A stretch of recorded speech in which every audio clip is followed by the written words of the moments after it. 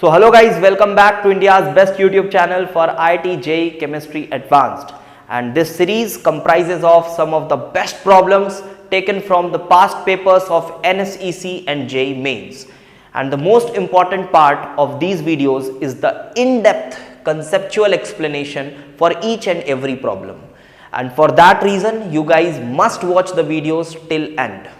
And if you feel comfortable with these comparatively simple problems, you must go out of your comfort zone and try out our Real JEE Advanced question series, where you get tough but relevant problems of JEE Advanced Plus level.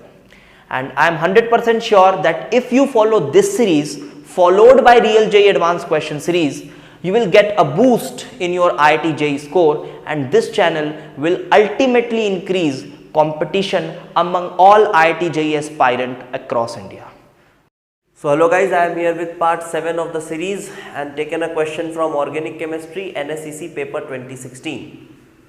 Single match type question है, कुछ tests को revise कराएगा आपके. अच्छा question है, try कर सकते हो आप, और सोल्यूशन ज़रूर देखना, आपको कुछ हो सकता है सीखने को मिले. एक्सप्लेनेशन पार्ट ही ज़्यादा इंपॉर्टेंट है. अगर आपको ये दिख नहीं पा रहा है तो आप कुछ इधर से भी आप इसको देख सकते हो. चलो अब इसको हम सॉल्व करते हैं. सबसे जो पहला है वो है टर्ड ब्यूटाइल अमीन. आपने इसका जो मैच होगा आपने इसके साथ करा दिया होगा ज़रूर. अब ये क्या है, फाउल स्मेल. फाउल स्मेल क्या था, ये कार्बिल अमीन टेस्ट था. हर प्राइमरी अमीन, ध्यान से सुनना, हर प्राइमरी अमीन जो एलिफेटिक है या एरोमेटिक है वो आपको क्लोरोफॉर्म और NaOH के मिक्सचर के साथ या KOH के मिक्सचर के साथ आपको आइसोसाइनाइड बना के देता है, जिसकी वजह से फाउल स्मेल डिटेक्ट होती है. और इसका जो रिएक्शन इंटरमीडिएट है ये कौन होता है, ये आपका है dichlorocarbene. Same as in Reimer Tiemann reaction, इसका भी रिएक्शन इंटरमीडिएट डाइक्लोरोकार्बीन होता है. और डाइक्लोरोकार्बीन से आइसोसाइनाइड तभी बन सकता है जब नाइट्रोजन के पास एटलीस्ट 2 हाइड्रोजन्स हो.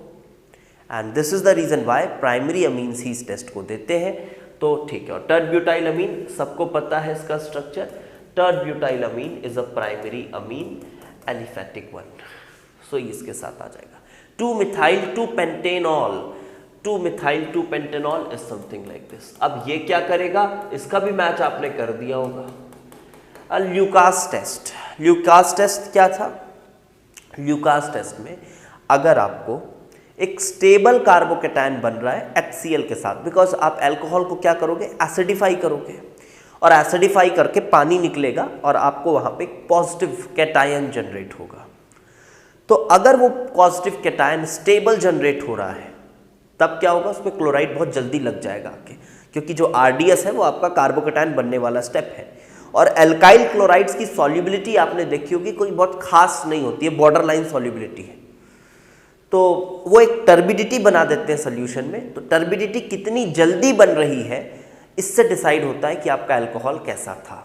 तो ये तो खैर बहुत ही अच्छा अल्कोहल, मतलब इसका जो कार्बोकेटायन बनेगा ये निकलने के बाद तो काफ़ी बढ़िया कार्बोकेटायन है, तो उसमें कोई दिक्कत नहीं है. Yes, it will form an water insoluble compound on treatment with concentrated HCl and zinc chloride.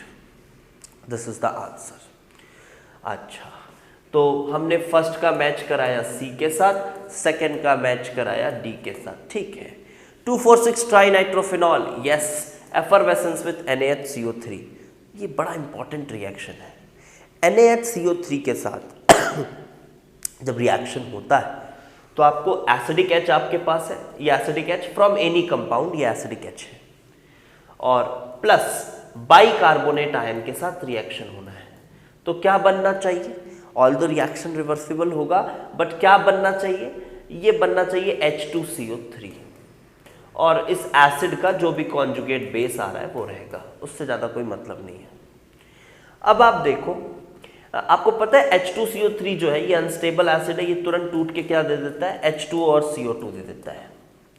और ये रिएक्शन का इक्विलिब्रियम कांस्टेंट 1 से बड़ा तभी होगा जब इस एसिड और इस एसिड में ये एक स्ट्रॉन्गर एसिड हो. ठीक है सर, समझ तो आ रहा है. आप नॉर्मल इक्विलिब्रियम के लॉस के हिसाब से देख सकते हो, इसका इक्विलिब्रियम कांस्टेंट तभी 1 से बड़ा होगा जब इस एसिड का pKa इससे कम हो, यानी कि ये इससे बेटर एसिड हो। तो H2CO3 कितना अच्छा एसिड है सर? pK याद रखना इसका, ठीक है, इसका pK 6.4 के आसपास आता है, ठीक है। और नॉर्मल ऑर्थोनाइट्रोफिनॉल या पैरानाइट्रोफिनॉल का कितना आता है?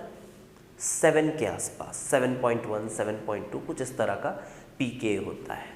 तो उनके साथ कोई बहुत ज़्यादा खास इरिवर्सिबल रिएक्शन तो रहेगा नहीं, या फिर बहुत ज़्यादा अमाउंट में रिएक्शन नहीं होगा, बिकॉज स्टिल वो इससे कम रिएक्ट मतलब कम एसिडिक है। अगर सिंगल नाइट्रो लगा हुआ है फिनॉल्स में तो वो बॉर्डर लाइन केस है। बहुत सारी बुक्स में ना ही मान लेता है कि नहीं वो CO2 नहीं दे रहे, लेकिन वो बॉर्डर लाइन केस है। लेकिन अगर आपके पास 2 नाइट्रो लग गए ऑर्थो और पैरा पे, तब आप श्योरिटी के साथ कह सकते हो कि हाँ CO2 आएगा। और 2 नाइट्रो लग जाने पे क्या हो जाता है आपका pK वैल्यू?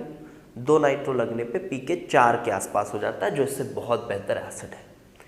और 3 नाइट्रो लग गए तो क्या ही कहने, फिर तो पिक्रिक एसिड है, शानदार। तो थर्ड का मैच होगा B के साथ, थर्ड का match is with B। And बचा कुचा क्या है? Cyclohexane carboxamide.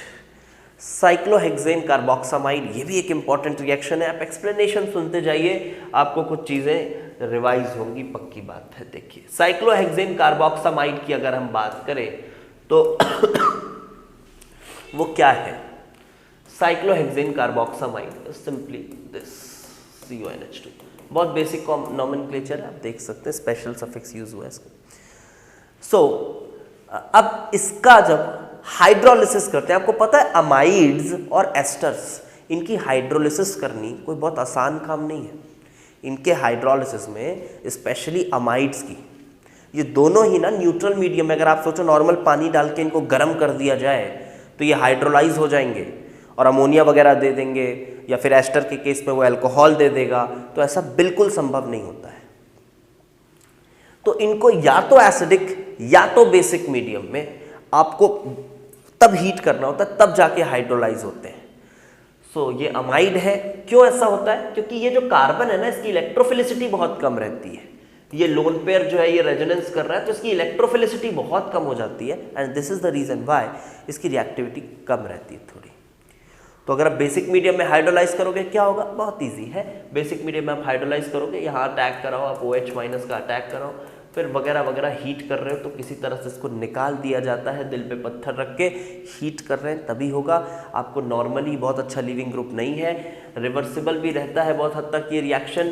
तो आपके पास बनेगा क्या? आपके पास बनेगा ये कार्बोक्सिलेट आयन, और हाँ अमोनिया गैस निकल जाएगी। मैनेज कर लोगे आप अमोनिया निकालना अगर आप हीट कर रहे हो एक्वस NaOH के साथ। तो कार्बोक्सामाइड, तो इसका भी मैच हो गया, this matches with this, so this is the correct answer, fourth matching with A। तो आई होप आपको वीडियो पसंद आया होगा। Do like, share and subscribe the channel.